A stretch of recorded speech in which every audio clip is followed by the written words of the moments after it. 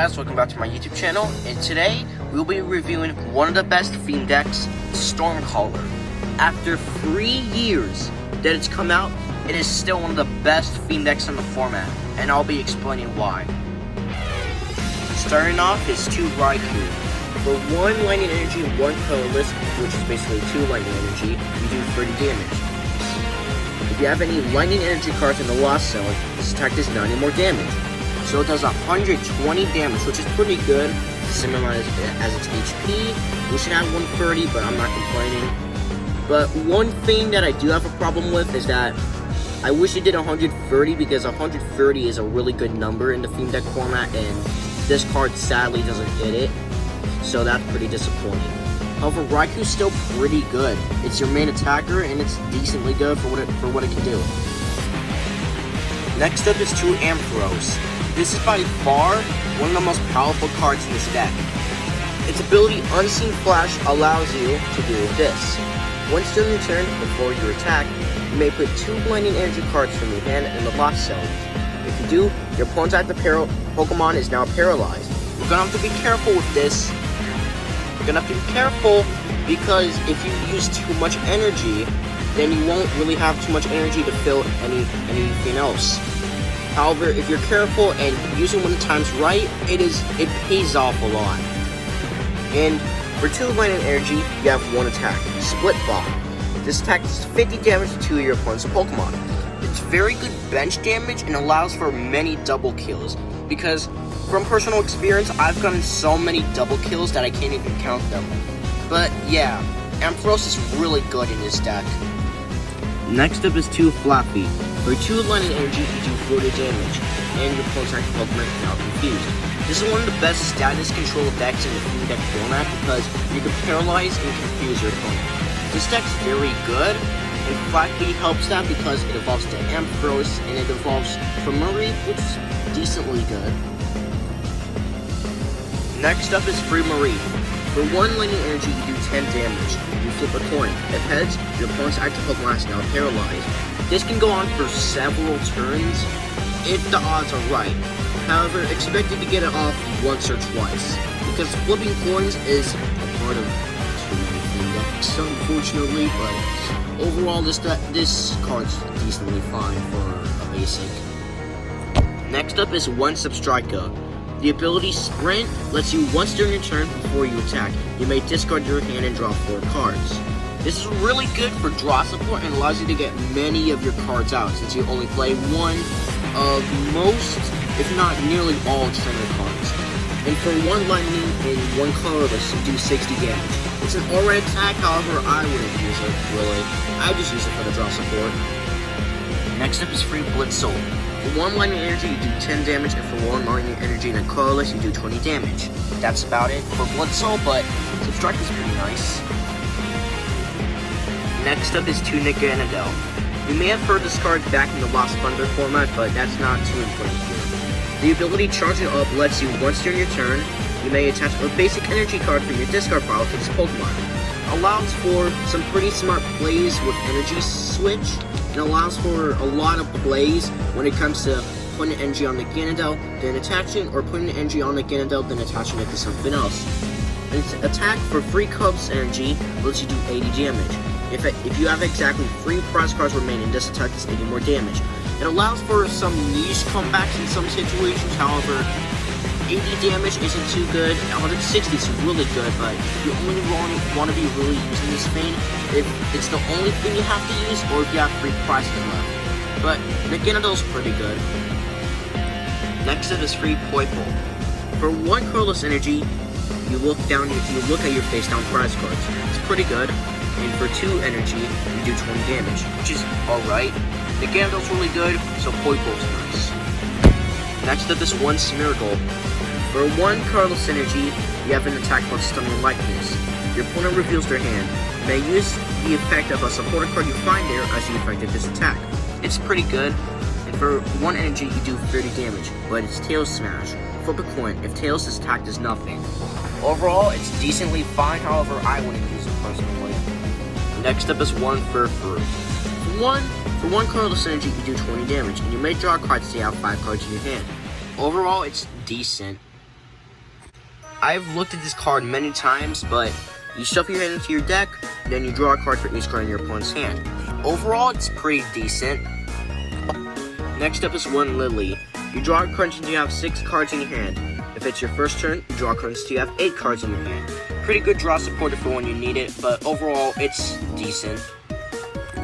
Next up is 1 Titan Liza. You can either shuffle your hand into your deck and then draw 5 cards, or switch your active Pokemon with one of your bench Pokemon.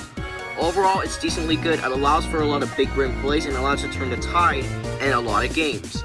Titan Liza is pretty good. Next up is 1 Kahili. You draw 2 cards, then you flip a coin. If heads, if you play this Kahili from your hand, put this card into your hand instead in the discard pile. If no cards in your deck, you can't play this card. It's very good, but very luck dependent, so it balances out. Next up is 2 Professor Kukui, and you draw 2 cards, and during this turn, your Pokemon's attacks do 20 more damage. Pretty simple, and it does a lot of damage if comboed well. Next up is 1 Pokemon Fan Club. You search your deck for up to 2 basic Pokemon, reveal them, and put them into your hand, and you shuffle your deck. It's decently good. Next up is 1 Lady. You search your deck for up to 4 basic energy cards, reveal them, and put them into your hand. Then you shuffle your deck. It actually combos really well with a certain kind of sheep that can Mega Evolve. Ampharos. Combos very well with it, and that's why this card's pretty good with the rest of the deck. Next up is 2 How, and you draw 3 cards. Like anything else in my other theme deck reviews, that's about it. Next up is 2 Nest Ball. You search your deck for a basic Pokemon and put it onto your bench, then shuffle your deck. It's pretty good overall, and it's decent enough for a theme deck. Next up is 2 Timer Ball. And this is really luck dependent. Flip 2 coins. For each head, search your deck for an evolution Pokemon, reveal it, and put it into your hand. Then shuffle your deck. It's always good in these theme decks, and I'm really glad that it's here. Next up is 1 Ultra Ball. Like I said in my Leaf Charge deck review, this is one of the few decks that plays Ultra Ball. You discard 2 cards from your hand. If you do, search your deck for a Pokemon, reveal it, and put it into your hand, then shuffle your deck. It's pretty good overall. I like it a lot. Next up is 1 Switch. You switch your active Pokemon with one of your bench Pokemon, and that's about it. Next up is Escape Rope. Each player switches their active Pokemon with one of their bench Pokemon. Your opponent switches first. If a player does not have a bench Pokemon, that player doesn't switch Pokemon. It's pretty good. It's like a boss's orders. Next up is Energy Switch, and you move a basic energy from one of your Pokemon to another of your Pokemon. It's pretty good and allows for some big brain plays. The final item in this deck is Rescue Stretcher. You choose one. Put a Pokemon from your discard pile into your hand, or shuffle 3 Pokemon from your discard pile into your deck. The fact that we have 2 is really good, and this deck just makes it even better because you're able to get Raikus, Ampharoses, and anything you need back with these 2 Rescue Stretchers. This Rescue Stretcher is really good, and I'm glad it's here. Next up is 20 Lightning Energy, and it powers up all of the deck. Overall, it's pretty good. Your early game's gonna want Marie for status, Blitzel to be evolved, and Playable for damage. That's about it. This is what you're gonna want for your mid game. You want Substriker for draw, Flappy for damage, and Naganadel hopefully for damage. Overall, these 3 cards are pretty good. You're gonna want Riku for damage, Ampharos for stalling and bench damage, Substriker for draw, and Naganadel for energy acceleration and damage. These 4 cards are actually really good and some of the best cards in the theme deck format. The pros and cons of this deck.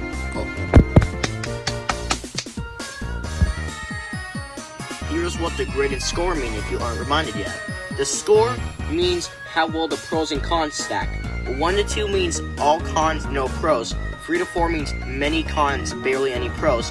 5 to 6 means that it's average. 7 to 8 that there's many pros and not too many cons. And 9 to 10 that means that there's basically all pros, no cons. And the grade means that, and the grade is how well the cards do.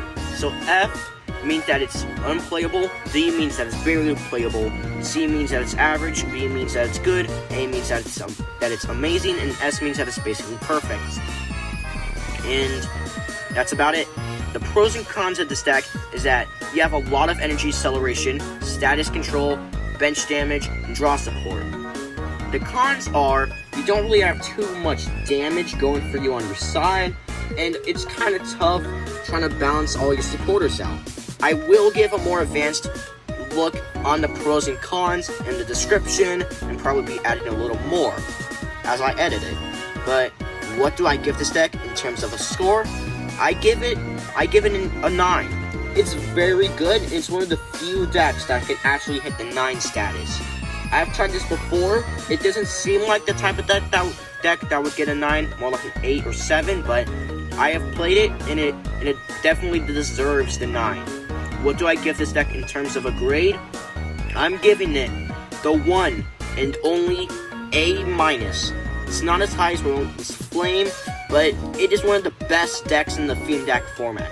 If you had to tell me where would I place it in the top 10, I would put it somewhere around number 4 to number 5. Like, if you made me do a top 10, the 5 or higher is basically just A or S decks. And this is one of the best decks in the Fiend deck format, by a long shot. This Riku and Ampharos work so well together, and basically on their own just make a Fiend deck work. And that's about it. It's just that this deck's really good, and it deserves the places I gave it. I think you guys could tell already, but this has a lot of cards. I have to put a cluster of normal type Pokemon, and there's so many cards that not even the entire playmat I have fits. But thank you guys for watching. I hope that you liked this video, and I'll see you next time. Bye.